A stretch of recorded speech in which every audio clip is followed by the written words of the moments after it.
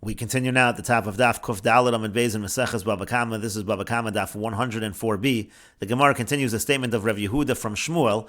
Ein meshalchin mos b'diyukni. You're not allowed to send money with a diyukni. Va'afilo edim chasumim ola. Even if there are edim signed on it. We'll see Rashi in a moment. Rabbi Yochanan Amar, and Rabbi Yochanan says, Im edim chasumim ola. If edim are signed on it, meshalchin, so then you could send the money in that fashion. And Rashi explains, b'diyukni means as follows, Masar lo bal ha-pikadon l'shliach. The owner of the pikadon, he sends to the shliach simonim, he gives him a certain sign. V'chasav lo chosmo b'igeris, he writes a signature on a letter. U'masar lo, he gives it to the shliach. V'yamar lo, he says to him, Leich v'Yisrael leploni v'yitein lach mos, sheyesh li b'yado. Go and show this to so-and-so. He'll realize that you're my shliach, and then he's going to give you the money that he owes me. He owes me some money. He needs somebody to give it to. So through this diyukni, it will prove that you're actually my shliach. And to that, again, Shmuel says you cannot send money with a diyukni, even if there are edim signed on the diyukni. Rabbi Yochanan says, no, it's different. If there are edim signed on the diyukni, then it's okay. And the Gemara says, Amri, they say as follows, L'Shmuel, according to Shmuel, my takanta. So what is a solution if you can't use the diyukni? So what can you use in order to collect the money? How can you prove? How can you send someone that can verify that this actually is the person's shliach? And the Gemara says, Kihad Rabbi Abba have a masik zuze, but Rav Yosef bar Chama. It's like the story we have of Rabbi Abba. He was owed money by Rav Yosef bar Chama. Amar Leila Rav Safra. So he said to Rav Safra, Bahade da'asis, I sinu nihili. So when you come, bring that money back to me. So when he went over there, Amar le Rava B'rei, so Rava, his son, said to him, meaning to say, he was owed money by Rav Yosef bar Chama. Rava was the son of Rav Yosef bar Chama. So Rava said, Mi kasav lachis kabalti, did Rabbi Abba write for you, Rav Safra, a receipt that says that Rav Safra is receiving this on my behalf? Amar le lo, so Rav Safra said back to Rava, no, I don't have such a receipt. Yachi, so he said to him, if that's the case, Zil Bereisha, go first, v'yichtov lachis kabalti, let him write for you this receipt that says, I, Rav Safra, am receiving it on behalf of Rabbi Abba, and then I'll give you the money that is owed. But then at the end he says to him, even if he wrote for you a receipt that I'm receiving it on his behalf, lav klumu, that actually wouldn't be good. Why is that not good? Dilma ada'as shachav Rabbi Abba, because there would be a concern. Maybe when you, the shliach, you Rav Safra, come, Rabbi Abba already has died. V'navlu zuze Kamma yasmi, and now the money is actually owed to the orphans. V'eskabalti de Rabbi Abba lav klumu, and in that situation, the hiskabalti receipt of Rabbi Abba is not going to be worth anything because we don't owe Rabbi Abba anymore. Now we're going to owe the money to the Yisomim. So Amar Le, so then he said back to him, well, if that's the case, so what is the solution? How is it possible for a person to collect on behalf of someone else? And so he said there is a solution as follows, and this is the solution. Zil nikninu lach agavara. He has to let you acquire it through a kinyan of land that's called a kinyan agav. By giving you a little land, along with the land, he can actually give you ownership over the money that's owed to him. Instead, you, the agent, will be the creditor. You'll be the one that's owed the money. V'sa'at kasav lan eskabalti, and then you write hiskabalti that I've received. You write a receipt for yourself that I've received my own debt, and then of course he will trust you to return that money to him. And the Gemara says, Ki hadar Rapapa, it's similar to the situation with Rapapa, have a masik tresar alfei zuzei bechozai. He was owed 12,000 zuz from someone in bechozai. Akninu nihile l'Rav Shmuel bar Abba agav asifa de beise. So he gave that over, meaning he gave that 12,000 zuz over to Rav Shmuel bar Abba through a kinyan that he made on the threshold of his house. That's a kinyan agav. Again, you make a kinyan on karka, and then with that you can acquire movable objects, in this case the money. And then Kiyasa, when he came, nafak liape atavach, he went out to greet him until Tavach. He was so excited. Rav Papa was so excited to get back his money. And the Gemara continues at the two dots. The Mishnah said, Nasan loas hakaren, if he paid him the principal, so he doesn't have to follow him all the way to Madai to give him the chomesh, to give him the 1/5. And the Gemara infers from the Mishnah, Alma chomesh mamonahu. You see that the 1/5 is a real monetary obligation from the Mishnah, because it's just that he doesn't have to pursue him all the way to Madai, but apparently he really does owe him the money as an actual monetary obligation. And the point is, v'yamayis, and if he were to die, meaning the robber were to die, mishalmi le yorshin, so then the yorshim, the heirs, would have to pay that 1/5 as well. Rashi says, Alma chumsha mamonahu. You see that the 1/5 is considered a monetary obligation, meaning mid'itzrich le'lemisni ein sarach le'lech achara. From the fact that the Mishnah has to go out of its way to say you don't have to follow him all the way to Madai for the 5th, but Alma mamonahu gabe. But you do see that it is a real monetary obligation. You just don't have that added halacha of following him all the way to Madai. V'imayis gazlan, and therefore if the gazlan would die, mishal miyorshin, the inheritors, the heirs, they would have to pay that debt, the 5th as well. V'yod midiktani, the Gemara is about to say. Furthermore, we see that from the Mishnah as it goes goes on, Hareza Mosif Chomesh al Chomesh, it says that, let's say he takes a false oath about the fifth, then that turns into the principal and he has to pay a fifth on the fifth. Shmami Namamona Kafri. You see again that he's denying a real monetary claim. That's why there is a halacha of the fifth on the fifth, as the Gemara now says. Utanan Nami, we learned in the Mishnah as well. Nasan es hakeren v'nishva al chomesh. If he gives the principal but he swears falsely about the fifth, Harei Mosif Chomesh al Chomesh, he has to pay a fifth on the fifth. Again, al mechumsha memonahu. You see that the chomesh is considered a real monetary obligation.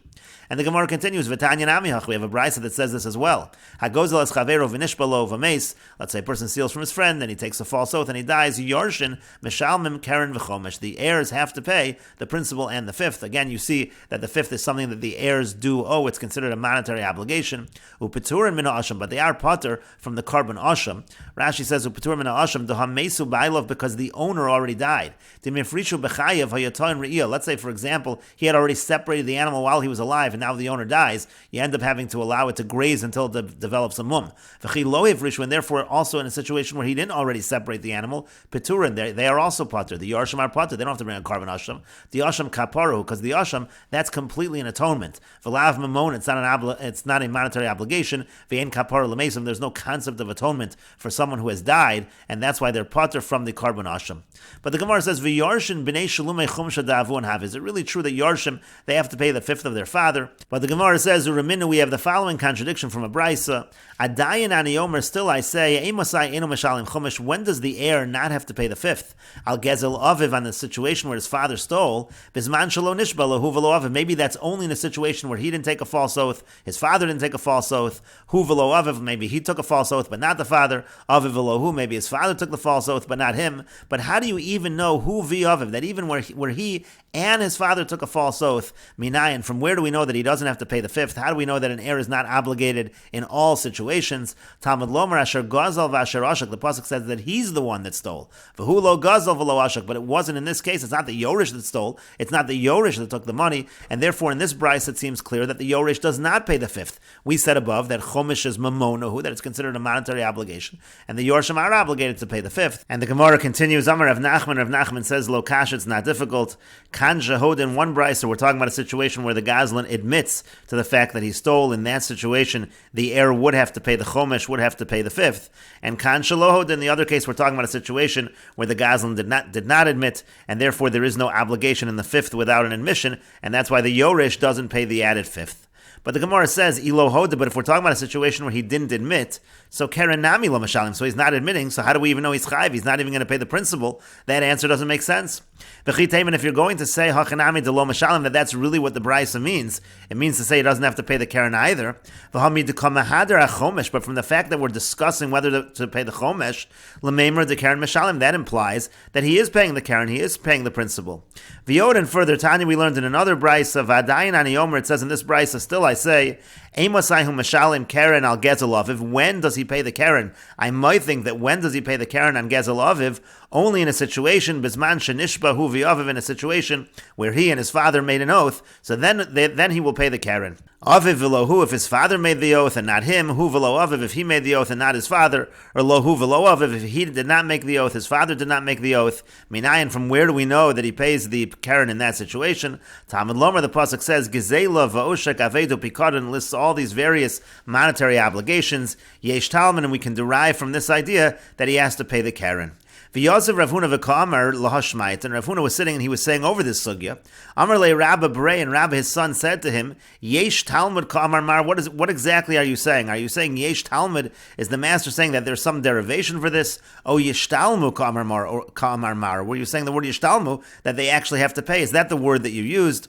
Amar Lei said back to him, Yesh Talmud Ka'amina. I said the words Yesh Talmud, Ume Ribuya Dekroy Amri, and we're learning it out from the extra psukim. We're learning out that this obligation of Keren applies in all of these situations, whether there's a shvua or whether there's not a shvua. And Rashi explains, Kan Shahoda, again, the Gemara initially says the distinction is whether there was an admission by Aviv B'chayev when the father was alive. In one brisa we're talking where the father admits when he was alive, Achar Shenishba, meaning after he swore, he admits that he swore falsely. V'nes Chayev lo Chomesh, and then he becomes obligated in the Chomesh. So then, Mishal Mi Yorshin, in that case the Yorshim, they do pay the Chomesh. Uvraisa B'Toras Kohanim, in the brisa in Toras Kohanim, B'Shalo Hoda, that's talking about when there's no admission. Because Sal Kadai Dechash, now right now we think, Below Hoda lo Av V'lo Ben, that nobody's admitting, not the father. father and not the son. That's why the Gemara asked, and if it comes out according to that, you're not even going to pay the principal. Hachi Garsinon v'Yosef Rav Huna, and Rav Huna was sitting. Yesh Talmud Kamar, they wanted to clarify exactly what was said. Was it Yesh Talmud v'Tanam Mikra Maisilas, the Tana learning from the pasuk Midachsiv Kol Hani Ribuyahu, from the fact that it says all of these various words in the pasuk, it's like an inclusion. Shahab Ben Chayev L'Shayim, that the son is chayev to pay. Oh, Yishtalmu Kamar, maybe the word that was used was Yishtalmu, that they have to pay. Kamar, that's what the master was saying. We're learning it from Svara. We're not learning it from Sukkim. There's no practical nafkamina. You're still going to pay the Karen. The question just is, was this learned out of the extra Psukim? Was it learned out from a drasha? Or was it learned out from Svara? Was it learned out from logic?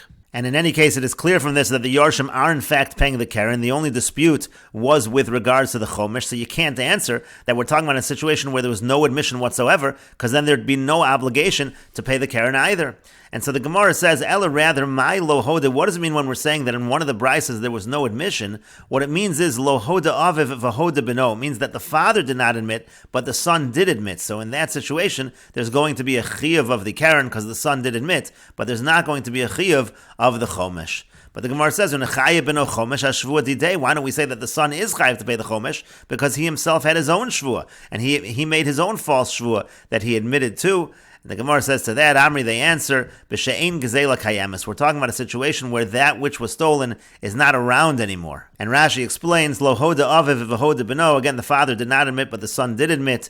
Karen mishalim, he pays the Karen. Av chomesh lo, but he doesn't pay the chomesh. The mi'ate krame chomesh al gezel of it, because the pasuk says that there's an exclusion from paying the chomesh on the stealing of his father. And the Gemara then asks, Unechayev chomesh hashvuah sadidei. But if he made a shvuah, he has to pay the chomesh on that false shvuah. Tekatani nishbahu v'yaviv liftur, because it says in that brisa, it talks about the fact that he and his father took an oath. Tekevon de ben nishba v'hoda, my potter, if he took an oath and then admitted, why is he potter on the chomesh? And the Gemara responded to that, B'she'ein gezela kayemis, we're talking about when the stolen item is not around anymore. De la v'le ramya l'shalume, it's not upon the son to have to pay for the stolen item if it's no longer around. The Tanan, as we learn in the Mishnah later on, hagozel ma'achil as bonav, if a person steals and then feeds it to his children, peturim milashalim, they're potter from paying. Hilkach, therefore, ikafar kfiras dvorim bi'almahi ushvuas bitoihu deleka chomesh. If he does deny it, it's just a denial of words. It's what's called a shvuas bitoy, and there is no chomesh in that situation because there was no real obligation for him to pay. But the Gemara then says, but again, back to the same question as before, if we're talking where the item that was stolen is no longer around, afilu keren nami lo mashalim, then he's not even going to have to pay the keren. So again, you've explained why he doesn't pay the chomesh, but we're back to our question, that should exclude the keren as well. And the Gemara says to that, lo no tzricha, it's necessary to iko achrayis, that because there is in this situation achrayis, the Bach says, the proper gear says achrayis nechosim, and Rashi explains, lo tzricha de iko achrayis nechosim, there's achrayis nechosim, meaning there was a lien on the father's property. Ve'amrinon lekamon, we say later on, demhiniach avi an achrayis nechosim, karkos, if the father leaves over a lien on the property on his land, chayavim lahachzir mipnei kvod avin, so then they do need to return it because of the honor of their father. And that's why they have to return the principal, but there's no chiyuv be'etzem, and that's why there is no fifth. But the Gemara says, "V'chi iko achrayis nechasim." I have it, but even if there is achrayis nechasim, what difference does it make? Milva al pehi. This is just a verbal loan. No milva al peh. When it comes to a milva al peh, eino go v'lomin hayarshin v'lomin halakuchos. The halach is you don't collect from the yarshim, you don't collect from the lakuchos. And the Gemara says, Amri, they say to that. And Rashi explains, "V'chi iko achrayis nechasim." I have it. Lo garsina, don't have that girsa, says Rashi. Chada dahatani hasam demishum kvod haviem chayavim lahachzer. One reason not to have that girsa is because it says over there that it's really only because of the honor of their father that they have to return. There is no real chiyuv be'etzem. There's no real obligation to return it other than out of respect for their father. And we will continue with this discussion in the next video on Daf Kufhei Amud Aleph.